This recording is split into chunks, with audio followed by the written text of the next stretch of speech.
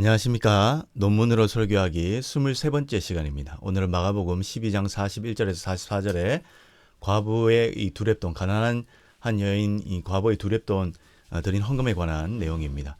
데이비드 이 말릭이라는 분의 논문을 기초로 해서 또 여러분의 학자들의 이론을 통해서 한번 우리가 살펴보겠습니다. 오늘은 과부의 두렙돈에 관한 논문입니다. 우리가 교회에서 한 번쯤은 들어봤을 법한 성경 이야기죠. 가난한 과부가 헌금함에 두렙돈 동전을 넣었는데 알고 보니까 부자들은 풍족한 중에 헌금했지만 이 과부는 가난한 중에 자기 생활비 전부를 넣었다. 이렇게 성경이 기록하고 있습니다. 보통 이 이야기를 들으면 금액이 중요한 것이 아니라 헌금하는 마음이 중요하다는 미담 정도로 기억하고 있습니다. 그야말로 액수보다는 중심을 보시면 하나님의 관심에 대해서 관점에 대해서 그렇게 해석해야죠. 자칫 이 본문이요 헌금 강요의 사례가 돼서 가난한 과부도 전부를 드렸는데 여러분은 왜 인색하냐라는 식의 설교를 통해서 성도들에게 또 헌금에 부담을 주기도 했죠. 특히 경제적으로 어려운 성도들에게조차 형편에 맞지 않는 과다한 헌금을 종용하는 근거로 사용되기도 했습니다. 과부처럼 마지막에 남은 것을 심으면 하나님께서 수십 배로 돌려주신다라는 식의 보상 심리를 자극하기도 했었습니다. 이는 신앙의 본질인 헌신을 일종의 영적 투자나 도박으로 변질시키는 결과를 초래했죠. 그런데 사실 이 논문의 저자 데이비드 말릭의 이론과 여러 학자들의 말에 따르면 완전히 거꾸로 이 본문을 지금까지 해석해 왔다는 걸 알게 됩니다. 교회가 가난한 자들을 구제하고 보호해야 할 책임을 망각한 채 도리어 가난한 이들의 마지막 자원까지 종교적 명목으로 거두어 들이는 형태를 아름다운 헌신이라는 이름으로 포장했다는 것을 고발하는 것으로 볼 수 있을 정도로 아주 냉철한 비판을 남기는 본문으로 학자들은 봅니다. 만약 우리가 가난한 과부의 헌금 이야기가 바로 앞에 무슨 이야기가 나오는지 잘 봤다면 본문을 바라보는 새로운 시각을 갖게 되었을 것입니다. 이 이야기 바로 앞에는 무슨 이야기가 나올까요? 바로 예수님이 비판하셨던 내용인데 바로 서기관들이 과부의 가산을 삼키는 자들이라고 마가복음 12장 40절에 나옵니다.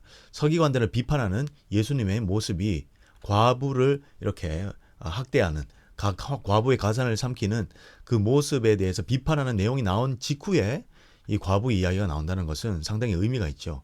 그래서 오늘 본문은요 서기관들이 어떻게 과부의 가산을 삼켜왔는지 그 실제적 사례를 보여주는 본문이라고 할 수 있습니다. 이것을 알아차리지 못하고 교회가 오랫동안 오해하고 오용하여 헌금 촉구 본문으로 해석해왔다는 것이죠. 그래서 이 본문은 단순히 작은 헌금이라도 정성껏 드린 여인의 미담의 이야기가 아닙니다. 마가복음 저자가 이 이름 없는 과부라는 인물을 통해서 마가복음 전체 구조와 메시지 안에서 신학적으로 중요한 메시지를 던진다고 이 논문의 저자가 말합니다. 특히 이 논문의 저자 데이비드 말릭은요 예수님의 삶과 죽음까지 암시하는 본문이라고 이렇게 연결시켜서까지 말을 합니다. 그리고 동전 투입이 어떻게 수많은 부자들이 낸 돈보다 더 많다는 것인지 그 역설 뒤에 숨겨진 의미를 말릭은 이야기를 합니다. 일단 이 본문이 배치된 위치를 한번 보겠습니다. 마가복음이 어디 위치하느냐면 이 이야기가 중요한 자리에 배치되어 있어요. 그러니까 마가복음 전체 지도를 펼쳐보면 마가복음은 단순히 시간적 흐름이 아니라 지리적 장소를 중심으로 복음서의 구조를 특별하게 저자가 마가가 구조를 짜놨습니다. 화면을 보시면 마가복음 지리적 구조 교차 대꾸법이라고 해서 이렇게 A, B, C 그리고 B-A- 이런 식으로 구성이 되어 있습니다. A는 광야죠. 마가복음 시작점이고 B는 갈릴리. 이 갈릴리는 예수님이 주된 사역지이자 길의 출발지이기도 한데 B-와 대척점을 이룹니다. 갈릴리와 예루살렘은 대척점을 이뤄요. 중간에 C가 있죠. 길이 나옵니다. 갈릴리에서 예루살렘으로 향하는 여정이고 B-에는 예루살렘이 나옵니다. 바로 예루살렘은 예수님이 배척받고 죽임당하시는 곳이에요. 대단히 부정적인 곳입니다. 그리고 A-는 다시 무덤으로 돌아오는데 저기 A에는 광야가 나오고 A-에는 무덤이 이렇게 나오죠. 그래서 마가복음 종착점이자 새로운 시작점이기도 합니다. 여기서 구조의 양끝인 광야와 무덤은요 사람이 살지 않는 곳이자 죽음의 장소라는 공통점이 있으며 선포자의 음성이 들려오는 복음의 새로운 출발점의 역할을 합니다. 중심축인 길은요 갈릴리에서 예루살렘으로 이동하는 지리적 경로일 뿐만 아니라 영광을 위해 예수님을 따르는 고난의 방식을 설명하는 중요한 장이기도 합니다. 특히 갈릴리와 예루살렘은 대척점이 있습니다. 갈릴리는 기적도 일어나고 제자들도 부르시는 희망이 있는 공간이었다면 예루살렘은 분위기가 완전히 달라지죠. 예루살렘은 온갖 긴장감과 논쟁들과 또 외부적인 박해, 종교 지도자들의 협박들이 있다가 맨 마지막에는 예수님이 죽으심을 당하는 그런 공간입니다.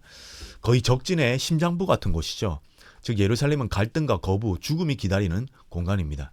예루살렘에서 예수님의 활동은요, 타락한 성전에 대한 명시적이고 암묵적인 공격으로 이어집니다. 이곳에서는 예수님을 함정에 빠뜨리기 위해 적대자들이 제기하는 연속된 논쟁들이 계속 등장하죠. 과부의 이야기는 바로 그런 긴장감 넘치는 예루살렘 한복판, 특히 성전에서 벌어지는 일이라는 겁니다. 배경부터가 범상치 않다는 거 우리가 알아차려야 됩니다. 예루살렘이란 위험한 이 무대에서 그 안에서도 구체적으로 어떤 상황에서 일어나는지를 우리가 잘 살펴본 이후에 이 본문을 봐야 되는 것이죠. 엘리자베스 스트러덜 말본이라는 분은요, 마가복음 전체 구조 안에서 오늘 본문은 가난한 과부의 헌금 본문을 어디에 위치하냐 보냐면요, 마가복음 12장 38절에서 40절에 서기관들의 탐욕, 즉 과부의 가산을 삼킨다는 지적을 받은 이 본문하고, 그리고 그 뒤에 이제 과부의 헌금이 나오죠. 그리고 그 뒤에 본문 13장을 한번 보십시오. 13장 1, 2절을 보시면요, 성전 멸망에 대한 예수님의 예언이 나옵니다. 그러니까 서기관들의 탐욕과 성전 멸망 사이에 이 과부 이야기가 있는 것입니다. 티모시 트레이너라는 학자는요, 이 이야기가 마가복음 12장의 결론, 12장의 전체의 결론이자 13장 성전 파악의 예언을 잇는 교차로 역할을 한다고 봅니다. 트레이너는 이 본문 직전에 나오는 서기관들에 대한 경고, 아까 과부의 가산을 삼킨다는 그 본문을 주의하면서 예수님은 서기관들이 과부의 가산을 삼킨다고 비난하시고, 바로 그 다음에 한 과부의 이야기, 마지막 자기의 가산을 모두 넣는 이야기를 배치시키면서 이건 우연이 아니라고 합니다. 서기관들로 대표되는 종교 권력이 어떻게 실제로 과부의 가산을 삼키고 있는지를 보여주는 실시간 현장 증거로 해석하는 것이죠. 과부가 바친 두렙돈은 성전 유지에 실질적인 도움이 되지 않는다고 합니다.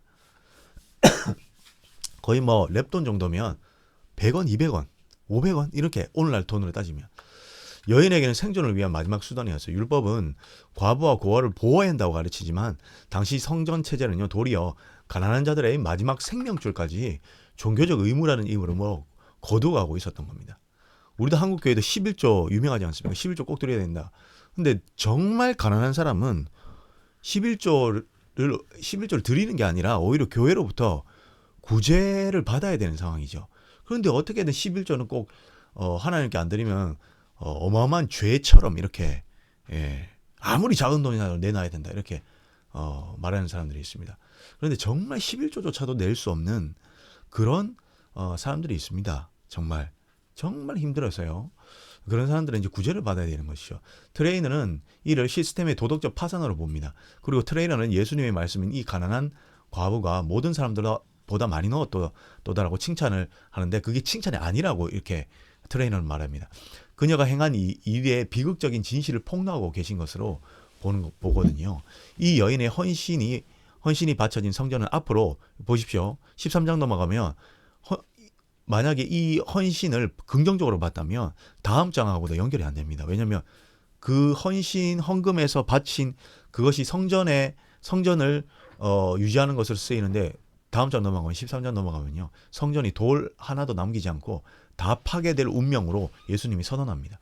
즉 이 여인은 무너질 시스템에 자신의 전부를 바친 셈이며, 예수님은 이러한 종교적 면목하에 그런 종교적 면목성과 비극을 안타까워하시는 것으로 트레이너는 그렇게 보고 있습니다. 트레이너는 가난한 이들의 고통스러운 희생을 아름다운 헌신으로 낭만화하고 포장시켜서 그 배후에 있는 구조적 모순을 가리지 말아야 한다고 이렇게 주장합니다.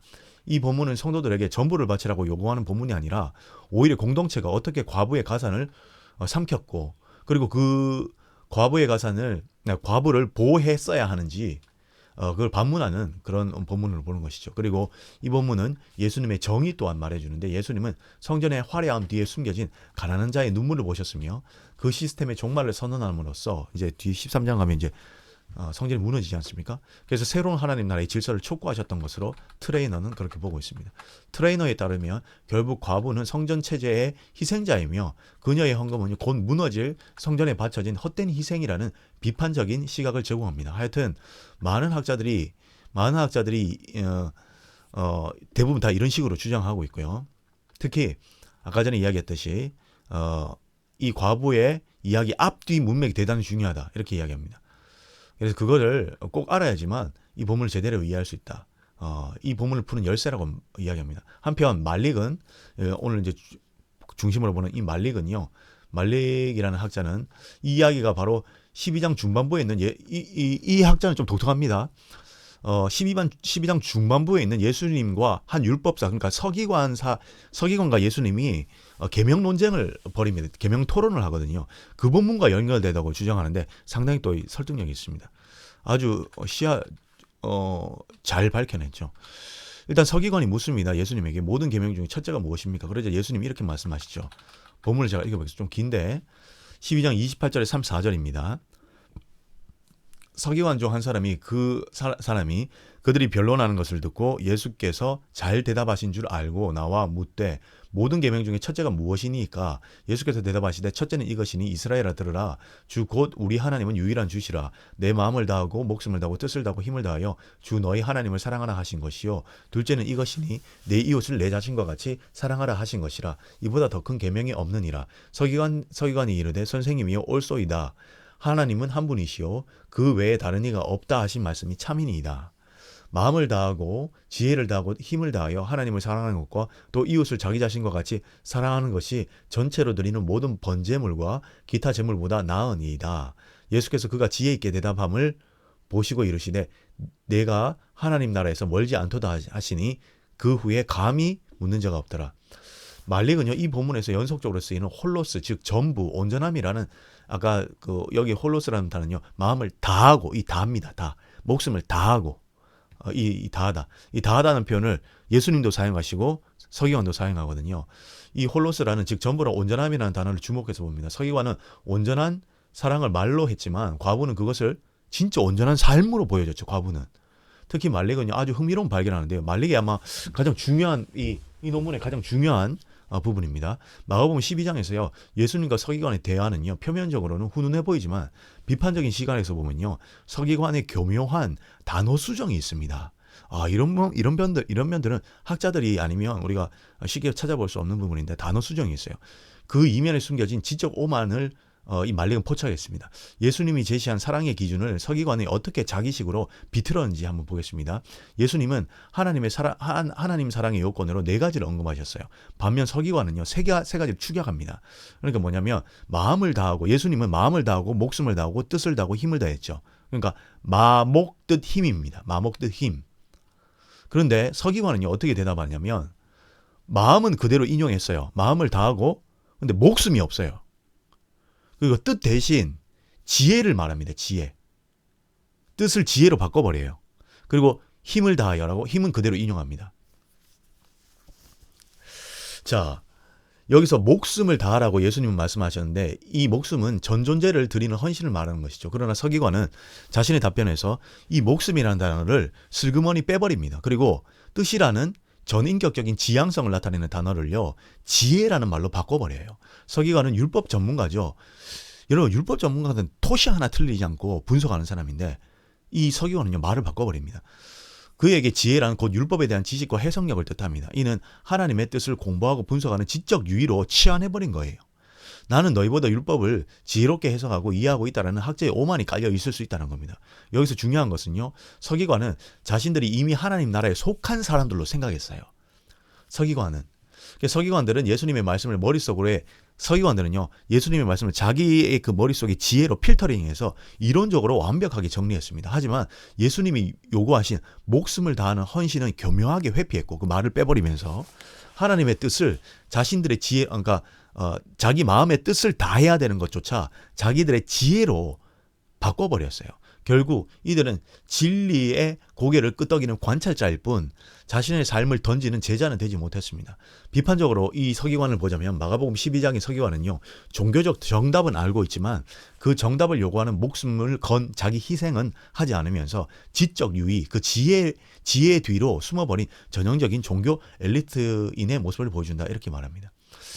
이 논문에서 말리의 가장 큰 공헌 중 하나가 또 여기 있는데, 마가복음 12장 34절에 멀지 않다, 너가 하나님 나라에서 멀지 않다라고 말한 헬라어 원어 우포로라는 말입니다. 이 말에 새로운 해석을 주장하는데, 말리는요, 예수님께서 서기관에게 하나님의 나라에서 네가 멀지 않다라고 하신 평가에 대해 종교적인 의식보다 마음을 다한 사랑이 우선이라는 본질을 꿰뚫어 보았기 때문에 예수님은 그가 하나님 나라에서 멀지 않다고 긍정적으로 선언한 것으로 봅니다.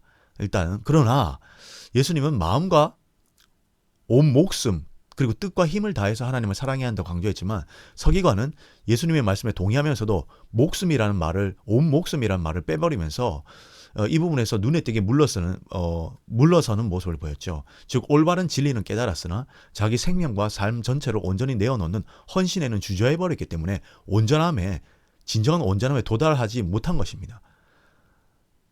온전함에 도달하는 것이 아니라 그냥 단지 멀지 않는 상태에 머물렀다고 이렇게 보는 것이죠. 이 논문 저자가. 이것을 다른 말로 옮기면 너는 왜 밖에 서 있는가 라는 말로 해석할 수 있다고 봅니다. 그러니까 멀지 않는데 왜 너는 하나님 나라로 들어오지 않느냐라고 하나님 나라에 도달하지 못한 미달로서의 어떤 해석으로 볼 수 있다는 것이죠. 일종의 거의 다 왔다라는 표현입니다. 저번에 부자 청년 비유에서도 이 말이 한번 이런 식의 해석이 있었죠. 유진 피터슨이 이런 말을 했다고 합니다. 멀지 않다를 거의 다 왔다라고 본다면 이는 역설적으로 마지막 한 걸음을 떼지 못하고 멈춰서 있다라는 비판으로 볼 수 있다. 서기관은요, 예수님의 말씀과 하나님의 뜻을 자신의 지혜로 필터링하면서 이론적 완벽함을 추구했지만 결국 그 지식의 울타리 안에 갇혀서 정작 하나님 나라 안으로 발을 들이는 목숨을 다하는 사랑의 그 실행은 하지 못한 것으로 예수님이 그렇게 꼬집는 것이라고 이렇게 보고 있습니다. 그래서 not far라는 이 부정어, 멀지 않다라는 여기에서 부정어 not을 강조한 말인데, 원어에서도 우포로는 아니다라는 이 우라는 말이 부정어가 앞에 옵니다. 즉 너는 가까이 있다라고 긍정적으로 말하지 않고 하나님 나라가 너에서 멀지 않다고 말씀하신 것으로 볼 수 있습니다. 그런데 이 서기관들은 자기들이 하나님 나라에 이미 들어온 것으로 생각하지 않았습니까? 이는 서기관의 대답이 율법의 핵심을 꿰뚫고는 있지만 예수님이 보시기에는 합격은 아니지만 낙제도 아닌 경계선에 머물러 있다고 시사한다고 이렇게 말본이 힌트를 줍니다. 많은 현대어 번역이 하나님 나라에 가까이 있다고 번역하지만 성경에서 하나님 나라는 들어가는 곳이지 구경하는 곳이 아니랍니다. 그렇죠? 하나님 나라는 들어와야 되죠. 또 우리에게 임해야 되죠. 서기관은 하나님 나라를 아주 잘 설명하고 분석하고 문턱까지는 왔지만 자신의 지적 교만이나 사회적 지위라는 짐을 내려놓지 못한 채 문을 통과하지 못하는 영원한 문외한 사람으로 남을 위험성을 경고받는 것입니다. 예수님이 말씀하신 목숨을 지혜로 바꿔치기 근데 목숨을 지혜로 바꿔치기 했는 건지 목숨을 빼버린 건지는 정확하게 파악할 수 없어요. 왜냐하면 목숨과 뜻을 두 자리에 어디가 비어 있는지는 정확하게 파악할 수가 없습니다. 이 지혜라는 말이 무엇을 또 대체하는지는 정확히 알 수는 없지만 중요한 건 목숨과 뜻, 이 두 개를 대체하거나 그 자리를 차지한 것은 틀림없습니다. 지식으로 바꿔치기 한 서기관의 태도는 진리를 삶이 아는 학문으로 대하는 모든 종교적 위선자들에게 던지는 거의 다 왔으나 결국 들어오지 못한 자에 대한 엄중한 진단서와 같습니다. 서기관은 하나님 나라를 가장 잘 설명하는 사람이었을지는 모르나 그 나라의 주인이신 예수님을 왕으로 모시는 데는 실패했을 가능성이 큽니다. 결국 멀지 않다라는 번역은 가장 가까운 곳에서 길을 잃었다는 비극적인 표현으로 읽힐 수 있습니다. 혹시 이 서기관의 지적인 이해가, 그 자신들의 지혜가 오히려 그를 하나님 나라에 들어가지 못하게 막는 가장 큰 장애물이 되었던 것은 아닐까요? 예수님께서 외식한 자들을 향해서 이사야 선지자의 말을 빌어서 마가복음에 이야기하는 장면이 있죠. 마가복음 7장 6절로 보입니다. 제가 한번 확인해 보겠습니다. 7장 6절이 맞나요? 7장 6절에 이런 말이 나옵니다. 이르시되 이사야가 너희 외식하는 자에게 대하여 잘 예언하였도다. 기록하였을 때 이 백성이 입술로는 나를 공경하되 마음은 내게서 멀도다. 너무 유명한 구절이죠. 맞네요. 자, 서기관은 7장 6절에 마음이 먼 상태에서 겨우 벗어나 자신들의 지혜로 12장 34절에 문턱, 즉 멀지 않은 곳까지는 왔으나 결국 자기 부인과 희생이라는 마지막 한 걸음을 떼지 못한 채 그 나라 안으로 들어가지 못한 비극적 인물로 해석할 수 있습니다. 서기관들의 지혜는요, 단순히 멀지 않다라는 말에 안주하게 만들었고 사실상 아직 밖에 서 있다라는 사실을 망각하게 만드는 가장 무서운 지식일 수 있었던 겁니다. 서기관이 예수님의 말씀에 목숨과 뜻을 지혜라는 단어로 바꾼 행위가 혹시 7장 6절에서 지적된 것처럼 마음이 아닌 머리로만 그리고 입으로만 하나님을 공경하는 시도는 아니었을까요? 일종의 지적인 동의에 그친 것입니다. 그런데 바로 그 지점에서 서기관이 머뭇거렸던 것과는 반대로 온 삶을 바치는, 온 생명을 바치는 모습의 한 여인이 등장하는데 그것이 바로 가난한 여인 과부입니다. 말로만 동의했던 율법학자와 말없이 삶 전체를 드린 과부의 헌금 모습이 극적으로 대비되는 것이죠. 그렇죠? 특히 과부의 이야기 직전에 예수님은 서기관을 향해서 그들은 과부의 가산을 삼켰다고 말씀하셨어요. 실제로 당시 서기관들이 과부들의 돈을 헌금으로 받아서 자신들의 배를 불리는 일이 많았다고 자료에서 말합니다. 당시 서기관들은요, 율법의 그 전문가이죠. 근데 지금으로 치면 변호사나 법무사 같은 역할을 했답니다. 그래서 남편을 잃고 법적 보호자가 없어져 버린 이 과부들의 재산을요, 후견인이나 관리인이 되어서 맡아주는 경우가 있었다고 합니다. 사회적으로 존경받는 지위를 이용한 것이죠. 신뢰를 기반으로 해야 하는데 신뢰를 기반으로 아주 중요한 역할을 한 것인데, 하지만 일부 부패한 서기관들이 그 지위를 악용했던 것이죠. 겉으로는 경건한 척 온갖 폼은 다 잡으면서 뒤로는 과부들의 신뢰를 얻어서 재산을 관리해준다는 명목으로 과도한 수수료를 떼거나 교묘한 방법으로 재산을 빼돌려 자기 배를 불렸던 것입니다. 즉 한쪽에는 온 계명을 읊으면서 예수님과 막 토론하면서 온 계명을 막 읊죠. 토론하고 막 학자들 그리고 학술적인 논쟁을 하고 하나님 나라 이웃 사랑에 대한 대화가 오가는데, 바로 옆에서는 사회적 약자인 과부의 삶 자체를 송두리 때 빼앗아가고 그들을 보고 헌금을 다 빼들어가 버리는. 서기관이 예수님과 토론한 것은 그저 지적 유예에 불과하고 입으로만 떠드는 계명이 지나지 않았던 겁니다. 오히려 그들의 위선이 더 크게 드러나는 부분이죠. 오히려 예수님과 토론한 것이요, 그들의 위선을 더 크게 드러나게 만드는 겁니다.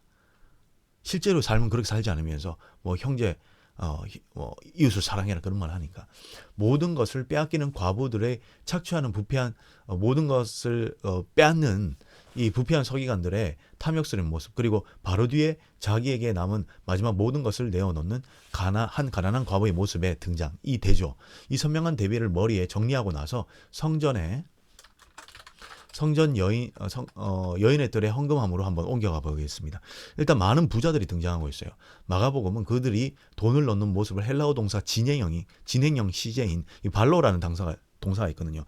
넣다라는 동사인데 이것이 이제 진행형 시제인 발레이라고 이제 사용됐다고 합니다.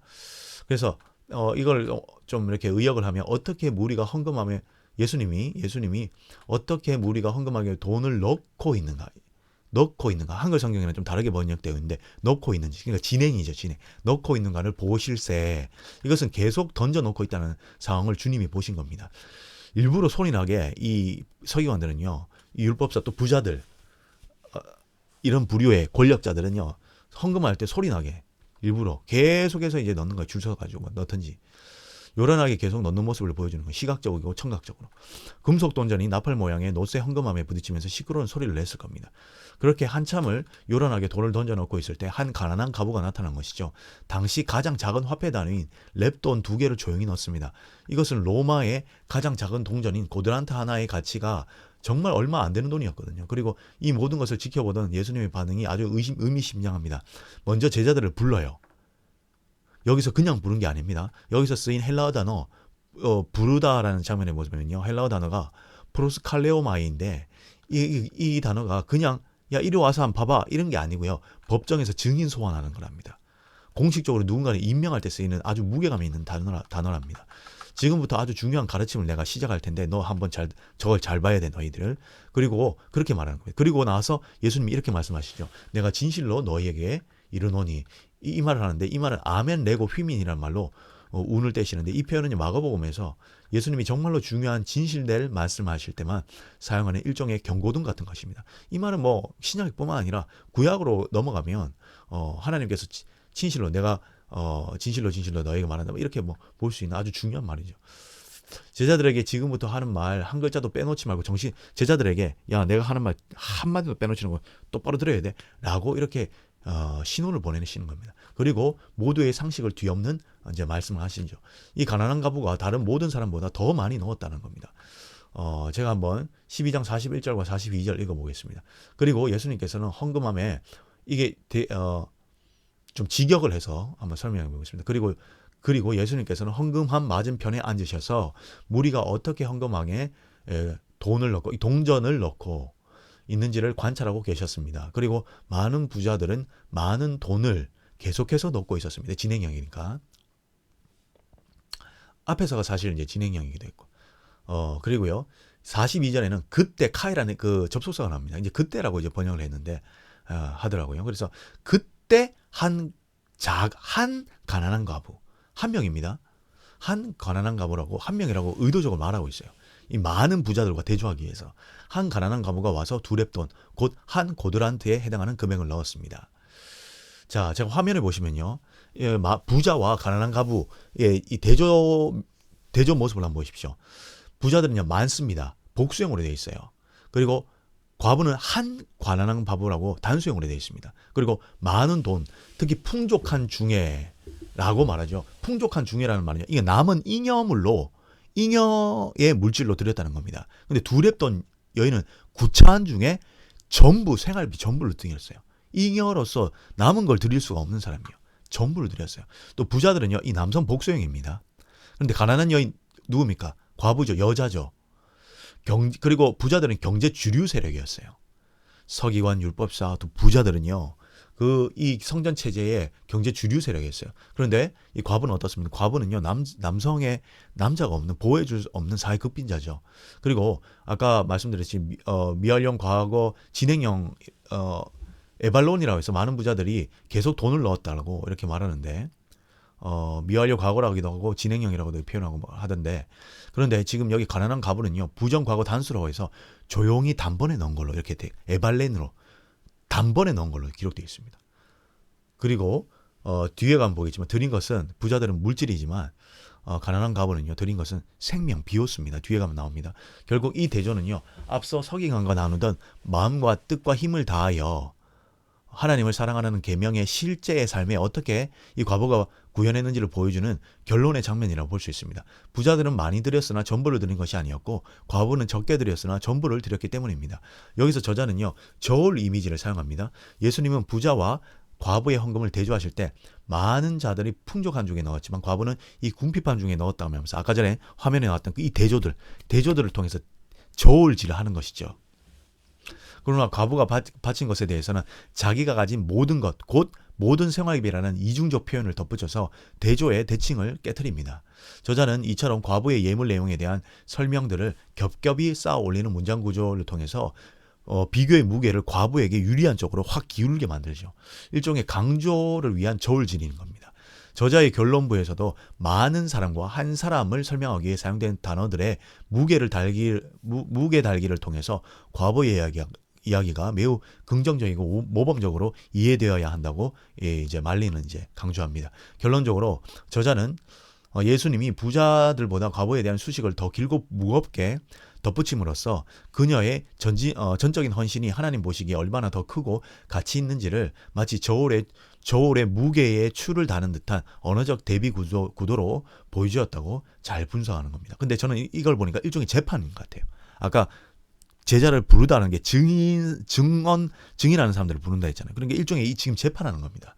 야, 과부가 더 많이 넣었어 라고 딱 판결을 내려주는 겁니다. 저울 한쪽에는 부자들이 남은 것이 있고, 그리고 잉여 물질 가운데 남은 수많은 동전들이 산더미처럼 쌓여 있고, 다른 한쪽에는 과부가 없는 것 중에 넣은 달랑 2개의 동전이 놓여 있습니다. 당연히 저울은 어느 쪽으로 기울어야 됩니까? 부자 쪽으로 기울어야 하는데, 예수님의 저울, 하나님의 저울은요, 완전히 과부 쪽으로 기울어져 있는 겁니다. 예수님은 이 차이를 헬라어 단어를 통해서 명확하게 설명합니다. 부자는 풍족한 데서, 즉 페리슈오라는 말로 표현을 하지만요. 과부는 가난한, 구차한 중에, 한글 성경에 이렇게 되죠. 구차한 중에 휘스테레시스라는 말로 이렇게 표현합니다. 이것은 단순히 돈의 액수 차원이 아니라 잉여 자산과 생존 필수 자산이라는 질적으로 다른 차원의 문제라는 것을 알려줍니다. 부자들에게 그 돈은 없어도 그만인데, 그리고 사는데 아무 지장이 없는 돈이지만 과부에게는 그 돈은 다음 끼니를 해결하는, 어쩌면 생명과 직결된 돈이었을지 모릅니다. 그리고 예수님은 여기에 그치지 않고 과부가 낸 것이 무엇인지 아주 결정적인 표현으로 정의를 내려주십니다. 이것이 이 이야기의 클라이막스인데요. 예수님은 과부가 낸 것을 자기가 가진 전부, 곧 자기 생활비 전부라는 원어로서 생활비 전부라고 말하는데, 원어는 홀론 톤 비온 아우테스라고 선언합니다. 여기서 비오는요, 비오스라고 이제 우리가 알려져 있는데, 그냥 생활비가 돈이 아닙니다. 재산이나 소유물 뜻하는 단어가 아니라 삶이나 생명을 말하는 단어로 사용되기도 했어요. 누가복음 8장 14절에 가시떨기, 씨 뿌리는 자 배우 있죠. 가시떨기에 떨어졌다는 것은 이생의 염려와 재물과 향락의 기운이 막혀 할 때, 이 이생, 이 땅의 삶, 이게 비오스입니다. 즉 그녀는 동전 두입을 낸 것이 아니라 그녀의 삶 전체, 생애를 드린 겁니다. 앞에서 지혜에 있다는 서기관이 입에 담지 못했던 바로 그 단어죠. 이 말을 사실 서기관이 했었어야 되죠. 내 온 비오스를, 목숨을, 삶을, 라이프를 하나님께 드려야 된다, 이런 표현을 썼어야 했지만 그는 쓰지 못했습니다. 그는 지혜를 발휘하여 이론에는 그쳤는데, 이 과부가 그것을 완벽하게 행동으로 보여준 것이죠. 바로 그것입니다. 이 과부의 행위는요, 마가복음 핵심 가르침, 누구든지 자기 목숨을 구하고자 하면 잃을 것이요, 누구든지 나와 복음을 위하여 자기 목숨을 잃으면 구원하리라는 그 역설적인 진리를 온몸으로 증명해내는 여인으로 논문저자 말렉은 그렇게 보고 있습니다. 더 나아가 자신의 삶을 많은 사람들을 위해 내어줄 예수님 자신의 십자가 희생을 미리 보여준 예표가 된다고 또 그렇게 봅니다. 그렇다면 이 과부는요, 우리가 흔히 생각하는 것처럼 단순히 동정의 대상이나 연민의 대상이 아닙니다. 오히려 정반대라고 할 수 있어요. 마가복음 저자는 이 이름 없는 과부의 여인을 통해서 예수님의 뜻을 오해하고 세상적인 성공만 쫓는 제자들에게 진정한 제자의 길이 무엇인지를 보여주는 온전한 신앙의 모델로 제시하고 있는 겁니다. 어떻게 보면 예수님의 길을 가장 깊이 이해하고 실천한 인물일 셈일 수가 있어요. 오늘 이 자료 덕분에요, 따뜻한 미담 정도로만 알았던 과부의 헌금 이야기가 얼마나 깊고 날카롭고 다층적인 의미를 갖고 있는지 알게 되었습니다. 이것은 그냥 헌금한 과부 이야기가 아니라 부패한 종교 시스템에 대한 고발이자 진정한 헌신이 무엇인지, 그리고 궁극적으로 예수님의 길이 어떤 길인지를 보여주는 한편의 압축된 드라마였어요. 당시 성전에는 알려진 바로에 의하면 무려 13개의 헌금함이 있었다고 합니다. 이토록 많은 헌금함은요, 당시 부패한 시스템의 상징이었죠. 그래서 예수님은 단순한 돈 액수의 문제를 보고자 한 것이 아니라 당시 부패한 시스템의 고발과 오히려 보살핌 받아야 할 과부가, 율법에 의하면 보살핌을 받아야죠, 그런 과부가 종교의 이름으로 착취당하는 현실을 고발한 것입니다. 헌금함은 청동으로 만들어졌고 입구는 좁으며 아래는 넓은 나팔 모양이었어요. 부자들은 돈을 계속해서 넣을 때 무거운 금화나 은화들이 놋쇠 벽면에 부딪히면서 내는 웅장한 이 소리를 성전 전체 뜰에 울려 퍼지게 만들었을 겁니다. 이는 마치 난 이만큼 한다라고 나팔을 부는 것 같아요. 반면 과부가 넣은 랩돈은요, 가장 작고 가벼운 구리 동전이었어요. 놋쇠 헌금함에 떨어질 때 거의 소리가 나지 않았거나 부자들이 낸 돈의 소리에 완전히 파묻힐 것입니다. 주위에서 막 돈을 그렇게 내는데 자기가 넌 다크닥 하는 소리가 들리겠습니까? 예수님은 사람들의 귀를 사로잡는 큰 소리가 아니라 들리지 않는 작은 울림에, 이 과부의 소리에 집중하셨던 겁니다. 유대인의 구전에 미슈나에 따르면 헌금함에는 최소한 2개 이상의 동전을 넣어야 한다는 규정이 있었다고 합니다.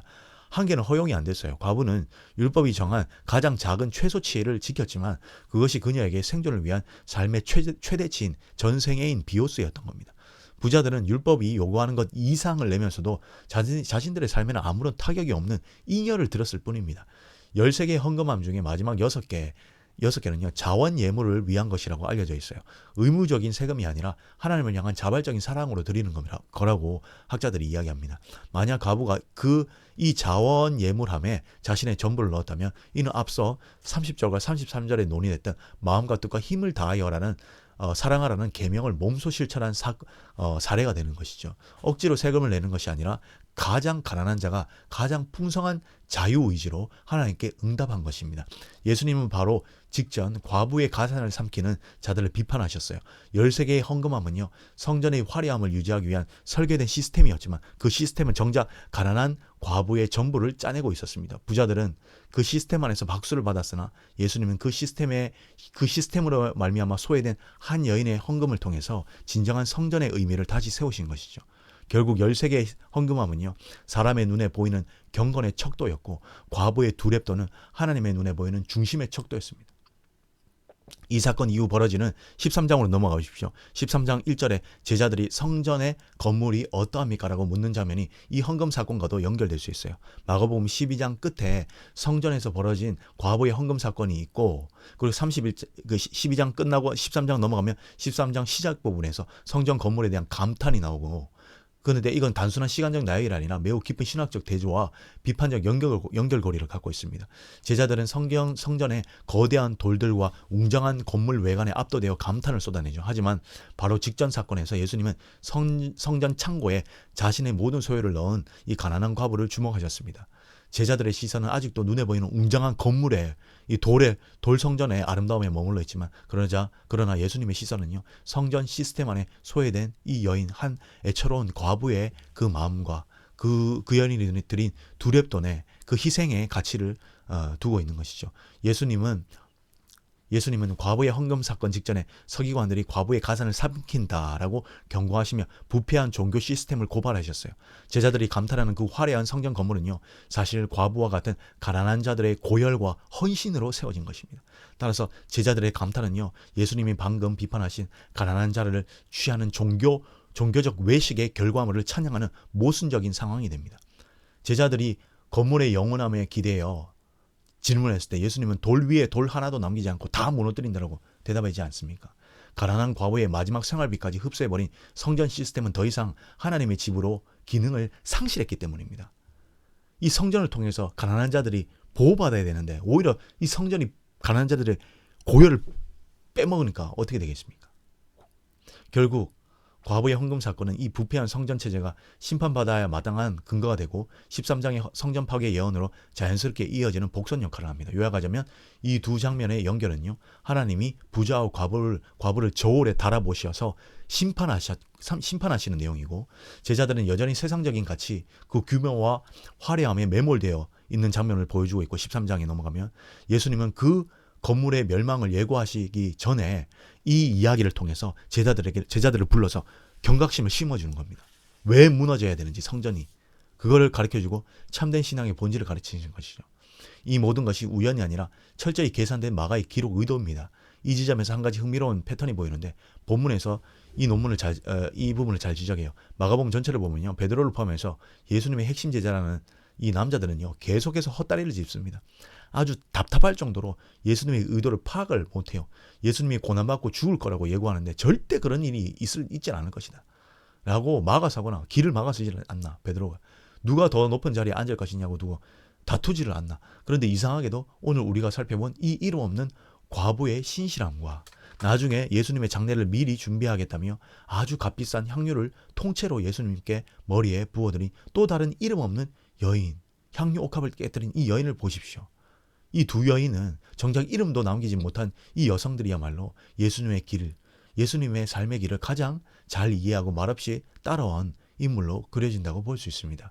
권력자들과 제자들이 여전히 세상의 권력과 영광을 쫓고 있을 때 사회적으로는 가장 약하고 무시당하던 이 여인들은 이름도 없이 자기 희생과 섬김의 길을 묵묵히 걸어가는 모습을 보여주고 있었던 것입니다. 정말 의미심장한 대비죠. 오늘 이 말씀을 통해서 한번 더 묵상해 보시고 또 설교 자리에서 각자의 자리에서 더 이렇게 풍성하게 만드셔서 가족들과 나누고 이웃들과 나누고 성도들과 나누시는 성도님들 되시기를 바라겠습니다. 감사합니다.